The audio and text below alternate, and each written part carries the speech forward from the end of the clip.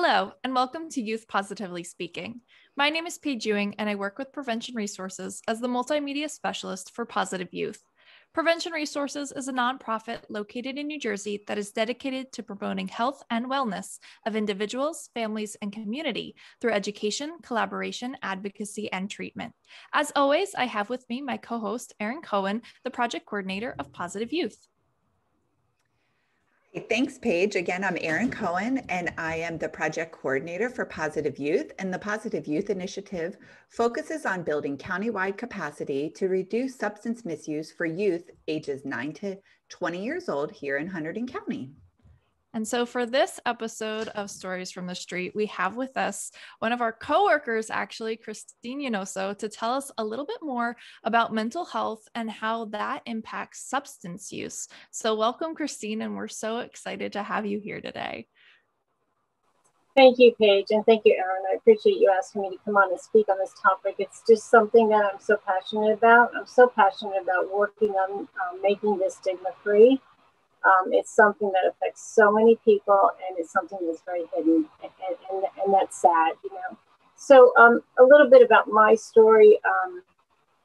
I grew up with parents who had substance use disorder. My mother also had mental health challenges, passed away with a substance use disorder and a lot of mental health challenges. I saw the flip side when my father went into recovery, and he passed away with 34 years clean. So I got to see both sides of the story.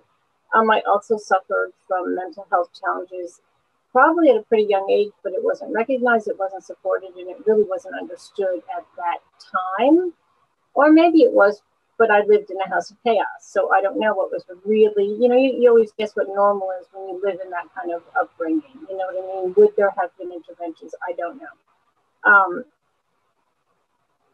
I went into recovery very young. I was not even 20 years old. I've been in the process of recovery through 12-step programs for 34 years. And meaning in the process, I have had some relapses, life on life terms, but I've never strayed. So I've really been in the process for 34 years. There's something I definitely learned about my own mental health conditions was that unless I really worked on myself, whether that included psychiatric care, therapy, medication for myself, it was medication. I never was able to focus on a level playing field where I could recover from my substance use disorder. What came first, mental health challenges, substance use? Did substance use create the mental health challenges? I don't know, and I don't even care. You know, I look back as a youngster and I do see some mania, I see some depression, I see some avoidance, but I don't really know. And I tried to figure it out for a long time, like that was the answer, but it really isn't the answer. To me, it just didn't matter. What mattered was that I leveled that. If my mental health condition was not okay, I wasn't recovering. You know, I was turning to substances. If I was really focusing on my mental health condition, but not my substance use disorder, I would throw my mental health conditions off because I would use substances. So they had to work hand in hand. They had to work together. It took a while to learn that, you know, it took a while to understand that. A lot of people in the recovery world, in the recovery community, often believe that early recovery mimics mental health challenges. So they would wipe it out, you know, oh, well, that's because you're in detox. That's because it's early recovery. And wash that away with your answers are in the program. And that is not always true for everybody. A lot of times we need to seek outside help. And if we don't, it's almost like white knuckling it. It's almost like, for me, I can't speak for everyone, for me, that success, that serenity, that, you know, able to really work a program was not happening until I was able to work both, until I was able to work through both, you know. So like I said, I've been in this process for 34 years. I think a couple things triggered some of my mental health issues. One of them was I had some severe nerve damage in my face. I had a lot of work done, and I was on a lot of medication, and that seemed to trigger the mania. My husband always blames that, you know, like he doesn't want to think back like I ever had, you know, and I was already in recovery. I think he almost liked to have the mental health label than the substance use label. I don't know, but that did trigger that all over again, and I had to get that back under control. The other thing was postpartum, and I really didn't want to have postpartum. I hate postpartum. I have this sister who's 15 months older than me. Like I said, I grew up with two parents who were active. So although she's only 15 months older than me, she took that leadership role. So she had the perfect kids and the perfect life, and here I am with postpartum. So I really, really hid that, and it's tough, and I hope that young mothers don't hide that, because it made everything worse, you know. So that sparked, and that was when I got the bipolar diagnosis, and then things started to make sense. You know, when I got the bipolar diagnosis, I was like, oh wait, this is starting to add up. I got a really good psychiatrist. I got a really good therapist. Medication is an issue. We go back and forth with what would work, what wouldn't work, what cocktail was the right cocktail.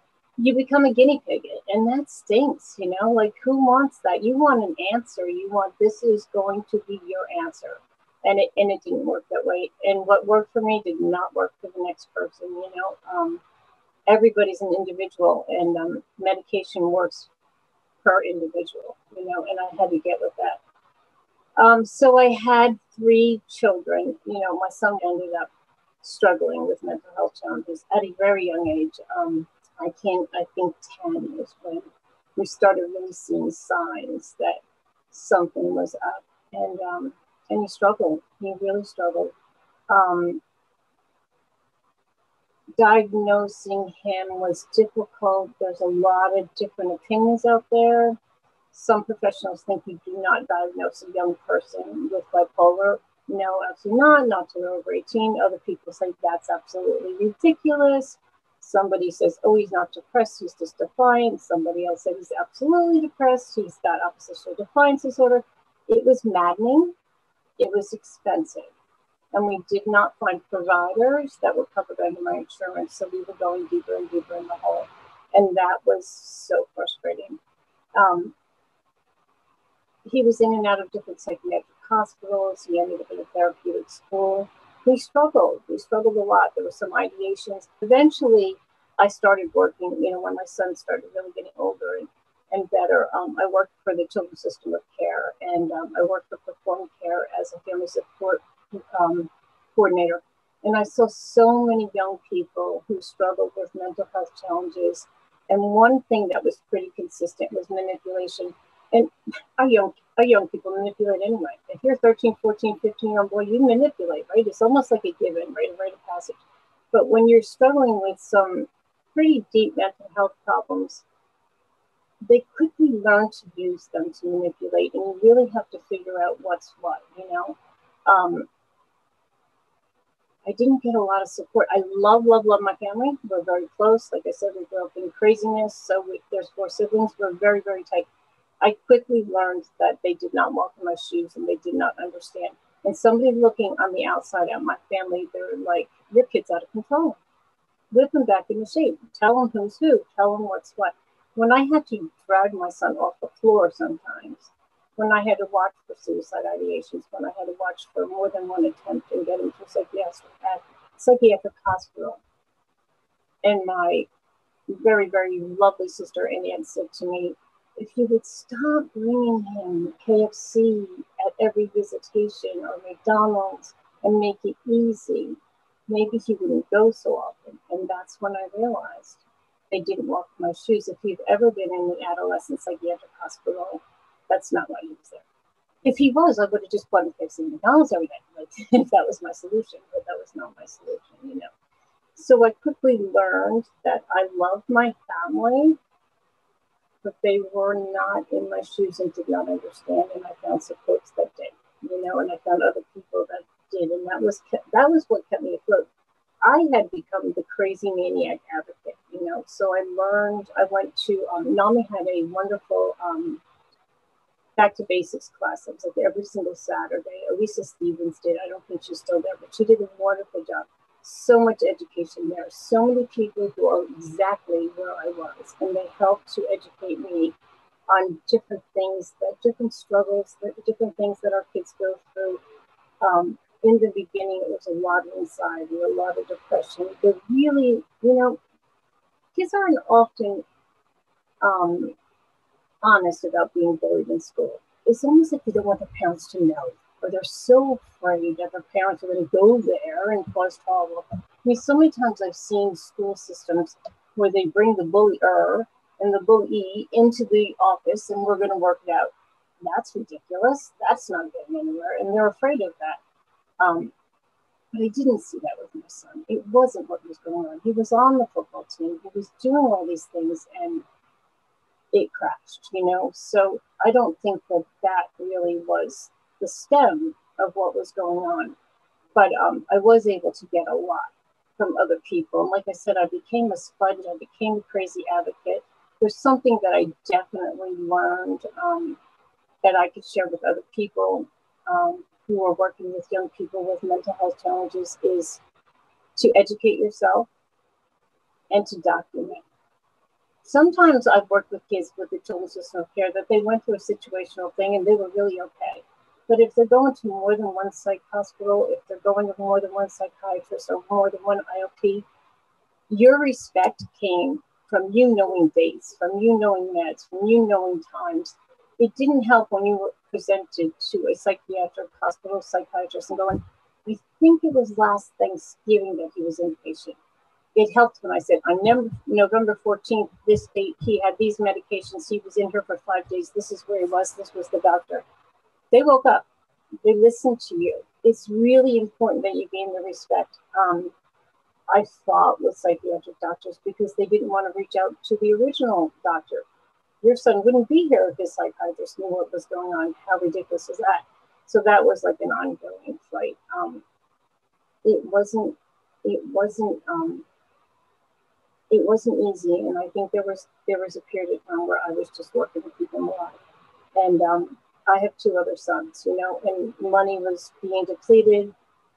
According to what I understand, New Jersey is almost the look-to for mental health for adolescents. And I don't know what the other states are doing if they're the look-to. That's pretty scary. But there are resources out there if you dig and dig and dig. And one of those is Curriculum Care, which I work closely with Curriculum Care. And that is an organization that runs under the Children's System of Care. They will come into your home. If there's a crisis situation, they will actually provide you with therapists. They show up at school meetings with you, which is what I ended up doing, is becoming a therapy support person. I would go to IOP meetings. I would go to the psychiatric wards. I was able to provide these other families with resources. I was able to sit on a couch in somebody's house and almost cry because I feel what you're feeling. I know that hopelessness. I know that, oh my God, like there's no handbook. There's no instructions. There's no, this is what you do next and then things will get better, you know? I actually had, more than once, but I had a psychiatrist one time, which so many of them are not under your insurance, say to me, if you go to this other psychiatrist who's extremely expensive, blah, blah, blah, I think he'll help you. And I said, I will mortgage my house if there was any kind of hope. But at that point, it was throwing mud at the wall. And I had 2 other kids to feed. So I needed more, and I wasn't getting more. You know, there was somebody in some insurance company with a checklist, and every time my son went into some kind of psychiatric hospital, it was check, check, check, okay, out in 5 days, whether there was a suicide attempt or not. It was maddening. Parents make mistakes, you know, and at one point it was a full-time job. I left my pharmaceutical position. All I did was just appeal and fight and try to get him in and out and try to make, I wanted my son to be happy, you know? And I found a long-term facility out of state that dealt with substance use, because all of a sudden drugs came in, of course, drugs came in eventually, substance use and mental health challenges. And that was one of my biggest mistakes, because I sent him down there and I wouldn't listen to the phone call saying, Mom, this is awful. Well, it was supposed to be 6 months. So 6 weeks later, they threw him out. I went and picked him up, drove home from Virginia with him sleeping in the back seat, took him to a facility the next day where he fell off the chair, almost drooling because he was so overdrugged. That was a mistake. We make mistakes. I had to forgive myself for that mistakes because I tried so hard in other ways. I also had this connection. I had this I could relate to him. I have a substance use disorder. I have a mental health challenge. I know what he was feeling. I know what he was struggling with. Early on, it was anxiety, it was depression, it was avoidance. He was on the football team and all of a sudden he couldn't. He was involved with things and all of a sudden he couldn't. the end of 9th grade to the beginning of 10th grade, by 10:30 every single day, the nurse would call me. We got to come get him because we don't know what to do with him. And then finally, we got him into a therapeutic setting.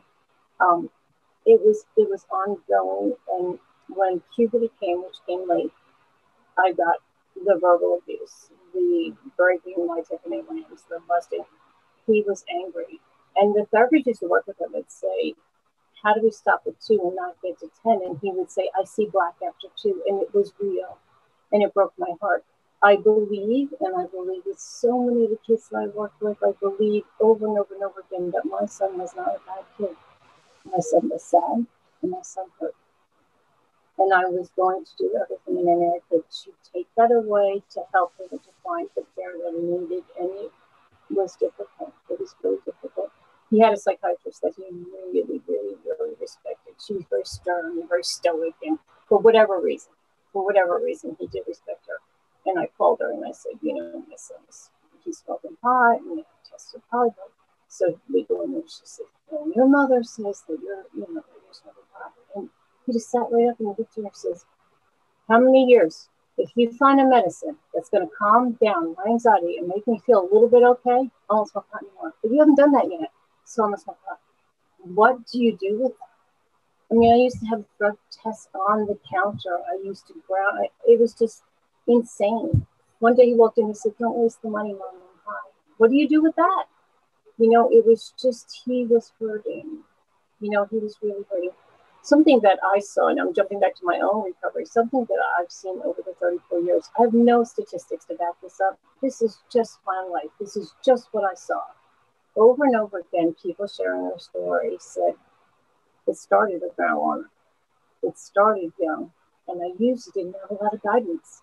I usually didn't have a lot of parental involvement. Now, he had a ton of parental involvement.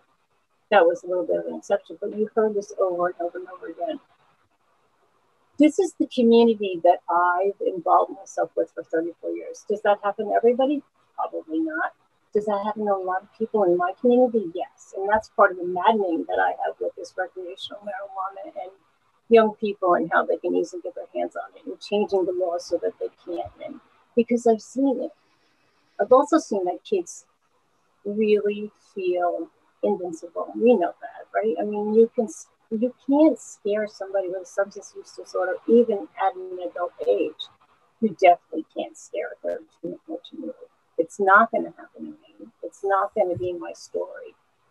It's just this. It's helping my anxiety. We used to see, I knew when he was using, and within 2 weeks he would be on the floor and we're going to psych ward. You're saying to him, you are using, and then you're going to psych ward. Do you see pattern? Absolutely not. There's no pattern at all. It was just like it was just maddening. And then, of course, as any typical mother, I've got to get him away from those kids. I've got to get him away from the gang. I've got to get him away from the group of kids. He had a small, really nice niche of boys.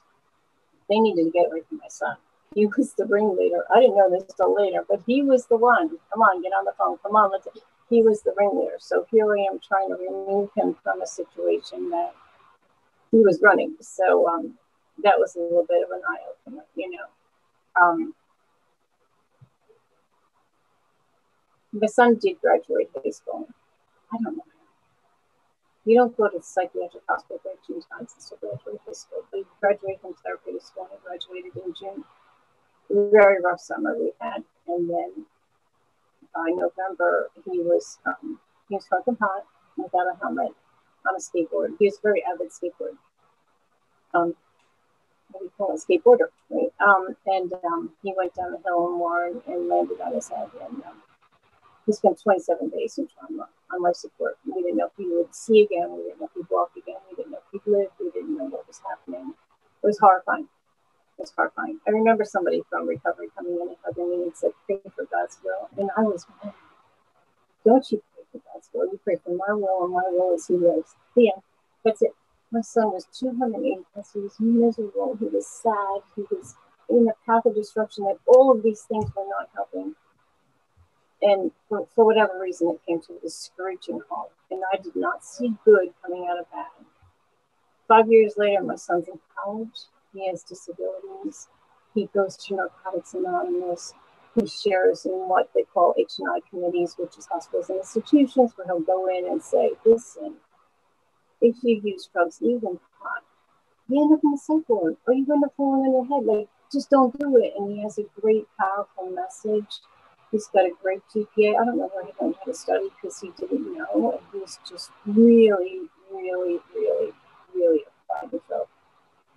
He lost over 100 pounds. He's not the child I raised. Sometimes even more than that, very difficult, extremely abusive child. But this is not the child I raised. But what an amazing transformation. I couldn't do it. I was going to be that mom in 5 years driving out of the crack house because I was crazy enough I was going to do it. You know what I mean? And then this happened. He reached puberty late in life, and his depression, anxiety, inward feeling became aggressive. And it seems to happen more with males than females. Females, a lot of times there's cutting, there's more self-loathing. With the males, there's more aggression, there's more agitation, there's more anger.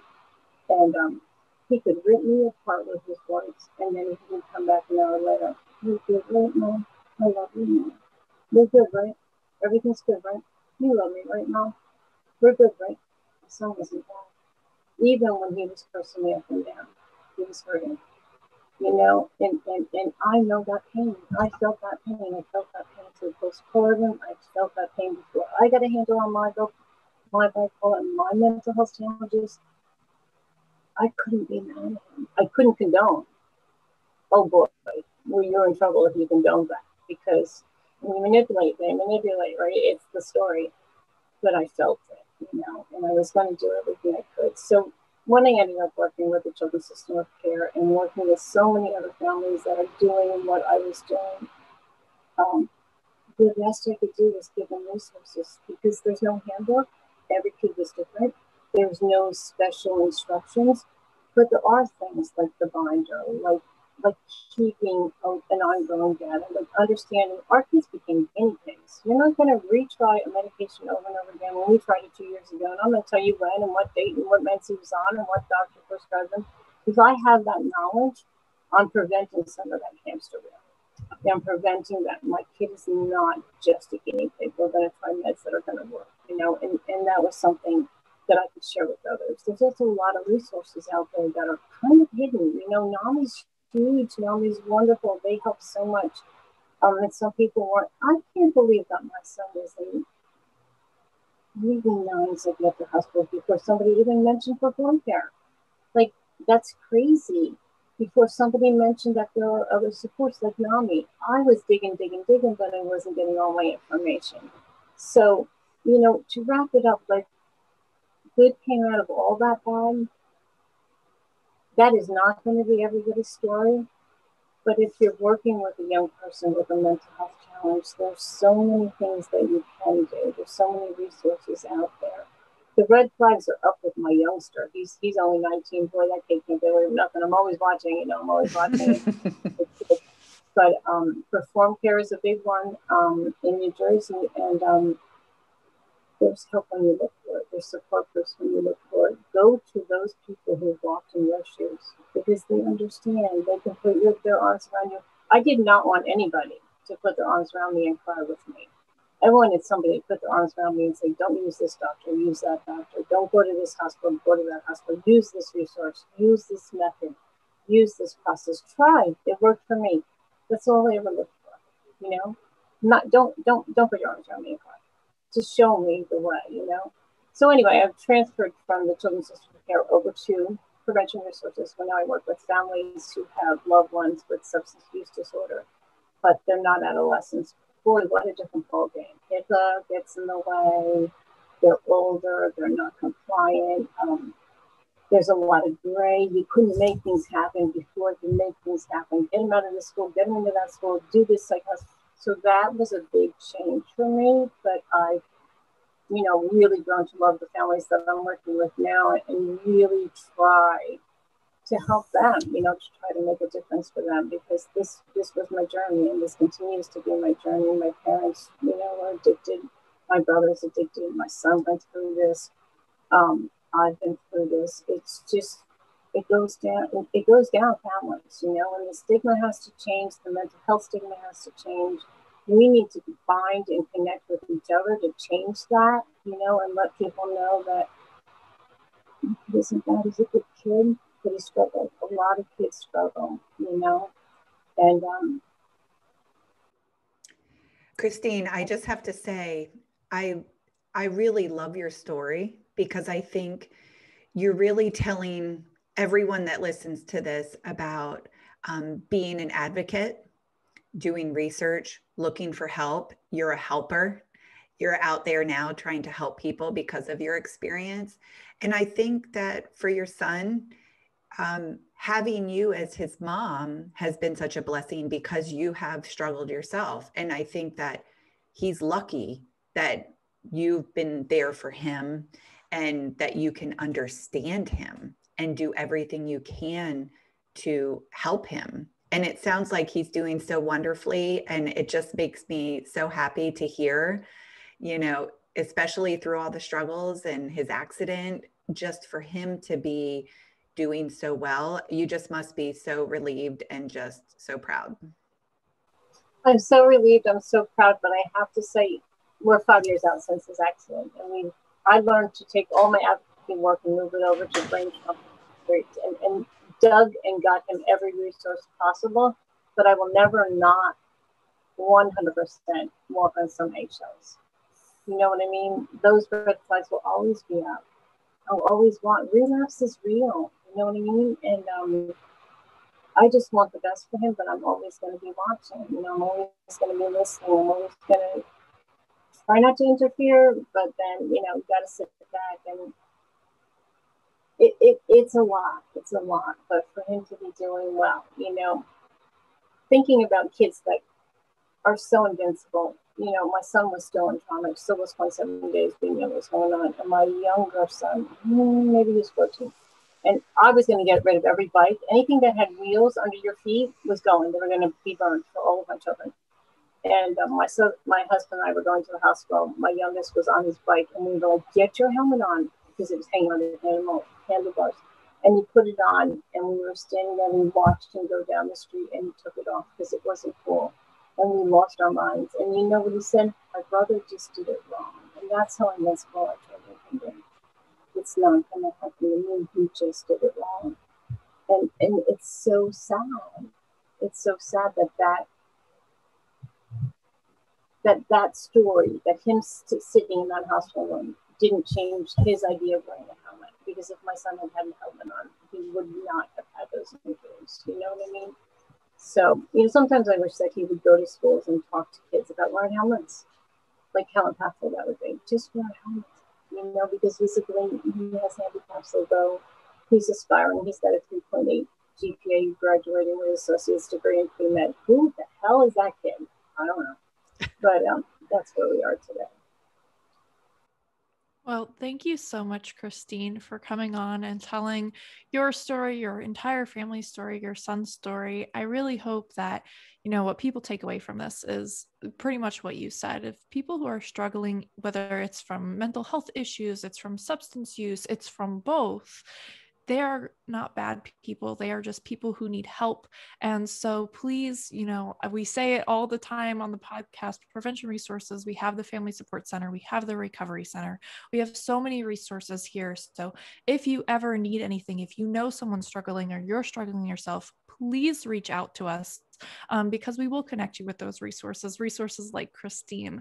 And for more information, please visit our website, njprevent.com/positive youth. We'll make sure we put a bunch of resources onto our website. And thank you for listening in. We'll see you next time for more Youth Positively Speaking.